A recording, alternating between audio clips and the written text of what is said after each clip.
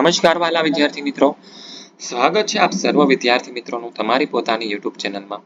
આજના વિડીયોમાં આપણે ધોરણ 6 ના હિન્દી વિષયના ચેપ્ટર નંબર 6 ન્યાય આ ચેપ્ટરના અભ્યાસ અને સ્વાધ્યાયના સોલ્યુશનનો વિડીયો જોવાના છીએ। જોઈએ સૌપ્રથમ અભ્યાસ। પ્રશ્ન નંબર 1, निम्नलिखित प्रश्नों के उत्तर दीजिए।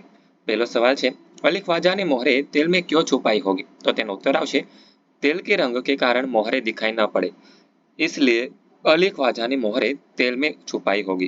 बीजो सवाल है, मित्र के साथ हमें कैसा व्यवहार करना चाहिए? तो तेनो उत्तर आवशे, मित्र के साथ सच्चाई और ईमानदारी से भरा व्यवहार करना चाहिए। मित्र के साथ हमें कभी छल कपट और विश्वासघात नहीं करना चाहिए। त्रीजो सवाल है, वाजिद और हसन की जगह आप होते तो क्या करते? तो तेनो उत्तर आवशे, वाजिद की जगह में होता तो अपने मित्र के साथ विश्वासघात न करता। अगर मैं हसन की जगह होता तो मैं भी उसकी तरह घटना की पूरी छानबीन करता और युक्ति से अली ख्वाजा को न्याय दिलाता। प्रश्न नंबर 2, नीचे दिखे संदर्भ में कहानी के पात्रों के संवाद कक्ष में बुलवाइए। पहलू है, अली ख्वाजा और वाजिद। जब अली ख्वाजा तेल का घड़ा रखने आया तो एमा वाजिद कहे छे, आओ आओ अली भाई, कहिए क्या बात है? तो अली ख्वाजा कहे छे, वाजिद भाई बात यह है कि अल्लाह के शुक्र से मैं मक्का जा रहा हूँ, सारी तैयारी हो गई है, यह तेल से भरा घड़ा है, मैं चाहता हूँ कि इसे आप अपने यहाँ रख ले, जब मैं वापस आऊंगा तब ले लूंगा। वाजिद कहे छे, हाँ हाँ कोई बात नहीं, यह लीजिए मेरे खाने की चाबी, वहाँ घड़ा रखाइए, तब जब लौटे तब वहां से ले जाएगा। अली ख्वाजा कहे छे, शुक्रिया। ત્યારબાદ બીજું છે, अली ख्वाजा और वाजिद का झगड़ा। तो अली ख्वाजा कहे छे, अरे वाजिद भाई, तेल के इस घड़े में मेरी 500 मोहरे थी, वे इसमें नहीं है। तो वाजिद कहे छे, अली भाई आप हमारे यहाँ तेल से भरा घड़ा रख गए थे, वो वैसे का वैसा आप वापस आकर ले गए, यह मोहरों की बात कहाँ से आ गई? अली ख्वाजा कहे छे, मोहरे घड़े के अंदर थी, मैंने उनका जिक्र करने की जरूरत नहीं समझी, लेकिन अभी देखा तो उसमें तेल है पर मोहरे नहीं है। तो वाजिद कहे छे, देखिए आप तहखाने में जिस जगह पे जैसा घड़ा रख गए थे वैसा आपको मिल गया है, इसके सिवा मैं कुछ नहीं जानता। तो अली ख्वाजा कहे छे, उसमें मोहरे नहीं है, इसका मतलब आपने मोहरे चुरा ली है। वाजिद कहे छे, अली भाई एक तो मैंने आपका तेल रखा और ऊपर से चोरी का इल्जाम, शर्म नहीं आती आपको? तो अली ख्वाजा कहे छे, शर्म को तुमको आनी चाहिए, दोस्त और पड़ोसी के साथ धोखेबाज करते हुए मोहरे चुरा ली और अब बड़े साहूकार बनते हो। वाजिद कहे छे, जो चीज वही थी वही नहीं है, उसकी चोरी का सवाल ही नहीं पैदा होता, तुम्हारे इल्जाम लगाने से मैं चोर नहीं बन जाता। प्रश्न नंबर 3, हसन ने क्या सूझबूझ दिखाई थी, कक्षा में चर्चा कीजिए और लिखिए। तो शिक्षक कहे छे, रमन, हसन ने वाजिद की चोरी पकड़ने के लिए क्या किया? तो रमन कहे छे, गुरुजी वाजिद की चोरी पकड़ने की हसन ने तो तेलियों को बुलाया। शिक्षक कहे छे, हसन ने तेलियों को क्यों बुलवाया? तो दीपक कहे छे, गुरुजी तेल ही बता सकते थे कि घड़े में भरा तेल कितना पुराना है। तो शिक्षक पूछे छे, तो तेलियों ने तेल के बारे में पता कैसे लगाया? तो तेनो सौरभ कहे छे, गुरुजी तेलियों ने तेल को चखकर तथा सूंघकर बताया कि घड़े में भरा तेल 2 महीने पुराना है। अली ख्वाजा 6 महीने पहले गया था, उसका भरा हुआ तेल तो 6 महीना पुराना होता। इसका अर्थ यह हुआ कि वाजिद ने पुराना तेल निकाल कर नया तेल भरा था। पुराना तेल निकालने पर उसे मोहरे जरूर मिली होगी। शिक्षक कहे छे, इस तरह हसन ने बड़ी चतुराई से वाजिद की चोरी पकड़ ली। स्वाध्याय જોઈએ તેનો प्रश्न नंबर 1, निम्नलिखित प्रश्नों के उत्तर दीजिए। पहलू છે, वाजिद को कैसे पता चला कि बर्तन में मोहरे है? तो तेनो उत्तर आवशे, वाजिद जब घड़े की सील तोड़कर तेल निकालने लगा तब घड़े से सिक्के की आवाज आई। उसे लगा कि घड़े में तेल के नीचे कुछ है, इसलिए उसने सारा तेल दूसरे बर्तन में निकाल लिया। इस तरह वाजिद के बर्तन में मोहर का पता चला। बीजो सवाल, अली ख्वाजा और वाजिद के बीच झगड़ा क्यों हुआ? तो तेनो उत्तर आवशे, वाजिद ने अली ख्वाजा के घड़े से तेल निकालने के साथ उसमें रखी मोहरे भी निकाल ली। तेल तो उसने फिर से भर दिया पर मोहरे चुरा ली। अली ख्वाजा ने मक्का की यात्रा से लौटकर अपना घड़ा देखा तो उसमें मोहरे नहीं थे। उसने मोहरों के बारे में वाजिद से पूछा तो वाजिद ने मोहरे चुराने का साफ इनकार किया, इसलिए उन दोनों के बीच झगड़ा हुआ। ત્રીજો સવાલ, खलीफा ने हसन को अपने दरबार में क्यों बुलाया? तो तेनो उत्तर आवशे, एक दिन खलीफा अपने वेश बदलकर शहर में घूम रहे थे। एक जगह उन्होंने कुछ लड़कों को न्यायालय का खेल खेलते हुए देखा। वे छिपकर उनका खेल देखने लगे। जो लड़का न्यायाधीश बना था उसकी समझदारी और निर्णय करने की पद्धति उन्हें बहुत अच्छी लगी। उन्हें लगा कि अली ख्वाजा और वाजिद के झगड़े को यह लड़का सुलझा सकता है, इसलिए उन्होंने हसन को अपने दरबार में बुलाया। चौथो सवाल है, तेलियों की बात सुनकर वाजिद क्यों घबराया? तो तेनो उत्तर आवशे तेलियों ने घड़े के तेल को देखकर चखकर सूंघकर बताया कि यह 2 महीने पुराना है। अली ख्वाजा ने घड़े में 6 महीना पहले तेल भरा था। इससे साबित हो गया कि वाजिद ने अली का तेल निकालकर बाद में उसमें दूसरा तेल भरा है। पुराना तेल निकालने पर उसे घड़े में रखी मोहरें जरूर मिली होगी। तेलियों की बात सुनकर अली को लगा कि उसकी चोरी पकड़ी जाएगी, इसलिए वो घबरा गया। પછી પાંચમો સવાલ તેલીઓને कैसे सच्चा निर्णय किया? तो तेनो उत्तर आवशे तेलियों को तेल की अच्छी परख थी। कौन सा तेल कितने समय का है इसे वे आसानी से बता सकते हैं। उन्होंने घड़े के तेल को देखा, सूंघा और चखा। उन्होंने बताया कि घड़े का तेल 2 महीने से ज्यादा पुराना नहीं है। इस प्रकार तेल की गंध और स्वाद की पहचान कर तेलियों ने घड़े के बारे में सच्चा निर्णय किया। ત્યારબાદ આગળનો પ્રશ્ન, हसन की सूझबूझ से तेल के बारे में वास्तविकता का पता चल गया। इससे खलीफा को न्याय के लिए सबूत मिल गया। उन्होंने वाजिद को अली ख्वाजा की मोहरें वापस करने का आदेश दिया। इससे साथ ही उन्होंने विश्वासघात के अपराध के लिए वाजिद को सजा सुनाई। खलीफा ने बुद्धिमान हसन को बहुत सा पुरस्कार दिया। प्रश्न नंबर 2, निम्नलिखित वाक्य कौन किससे कहता है? लिखिए। पहलू છે यह तेल का घड़ा मैं आपके घर रखकर जाना चाहता है। तो आ वाक्य अली ख्वाजा वाजिद से कहता है। बीजू છે आप अपना घड़ा तो खाने में रखाइए। तो आ वाक्य છે वाजिद अली ख्वाजा से कहता है। પછી ત્રીજું છે आप काजी की अदालत में जाइए। तो आ वाक्य છે लोग अली ख्वाजा से कहते हैं। પછી ચોથું आप इस घड़े की जांच कीजिए। तो आ वाक्य हसन तेलियों से कहता है। पांचमું છે हजूर मैं तो 6 महीने पहले मक्का की यात्रा करने गया था। तो आ वाक्य अली ख्वाजा खलीफा से कहता है। प्रश्न नंबर 3, आपने किए हुए प्रवास का वर्णन करते हुए अपने मित्र को पत्र लिखिए।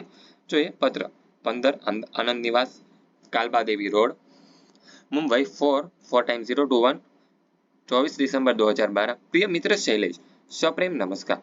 कल ही मुझे तुम्हारा पत्र मिला। तुम्हारी दीदी की सगाई की खबर पढ़कर बहुत खुशी हुई। पिछले रविवार को हम कुछ मित्रों ने एक प्रवास का आयोजन किया था। सुबह उठकर सब मित्र गेटवे ऑफ इंडिया पहुंच गए। वहां एक मोटर बोट में बैठकर हम एलिफेंटा के लिए चल दिए। ठंडी ठंडी हवा की लहरें ने हमारे तन मन को पुलकित कर दिया। लगभग 1 घंटे की जल यात्रा के बाद हम एलिफेंटा पहुंचे। एलिफेंटा का वास्तविक नाम धारापुरी है। हमने वहां की प्राचीन गुफाएं देखी। कई गुफाओं में बुद्ध की प्रतिमा है। एक गुफा में ब्रह्मा, विष्णु और महेश की त्रिमूर्ति है। उसने हम सबका मन मोह लिया। हमने वहां के एक होटल में खाना खाया। कुछ समय हमने विश्राम करके और खेलने में बिताया। शाम को 5 बजे हम मुंबई लौट आए। हमारा यह दिवसीय पर्यटन बहुत ही मजेदार रहा। उसकी याद आज भी हमारे मन को प्रसन्न कर देती है। अपने माता पिता से मेरा प्रणाम करना। शीला दीदी को बधाई। तुम्हारा मित्र सुरेश। ત્યારબાદ ख છે क्या तुम्हारे साथ भी कभी ऐसी कोई घटना घटी है कि तुम्हें न्याय के लिए किसी के पास जाना पड़ा हो? उस घटना को विस्तार से लिखिए। तो तेनो उत्तर आवशे एक बार मैं अपनी छोटी बहन मिनल के साथ मेले में गया था। मेला हमारी गली में ही लगा था। माँ ने हम दोनों को 10-10 रुपये दिए थे। मेरे बटुए से 10 रुपये का एक नोट पहले से पड़ा था। यह 10 का नोट मिलने पर 10 रुपये के 2 नोट अर्थात 20 रुपये हो गए।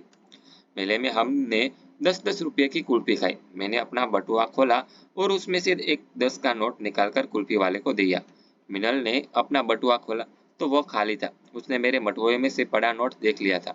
उसे लगा कि मैंने उसका 10 रुपये का नोट ले लिया है, नहीं तो मेरे पास 2 नोट कहाँ से आए। अपने बटुए में नोट न देखकर मिनल रुआंसी हो गई। बोली, लगता है मेरा नोट तूने चुरा लिया है। अब तू कुल्फी का पैसा कहाँ से दूं?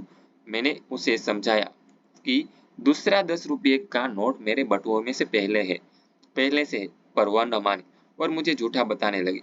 मैंने अपने बटुए से नोट कुल्फी वाले को दिया और मिनल को लेकर माँ के पास आया।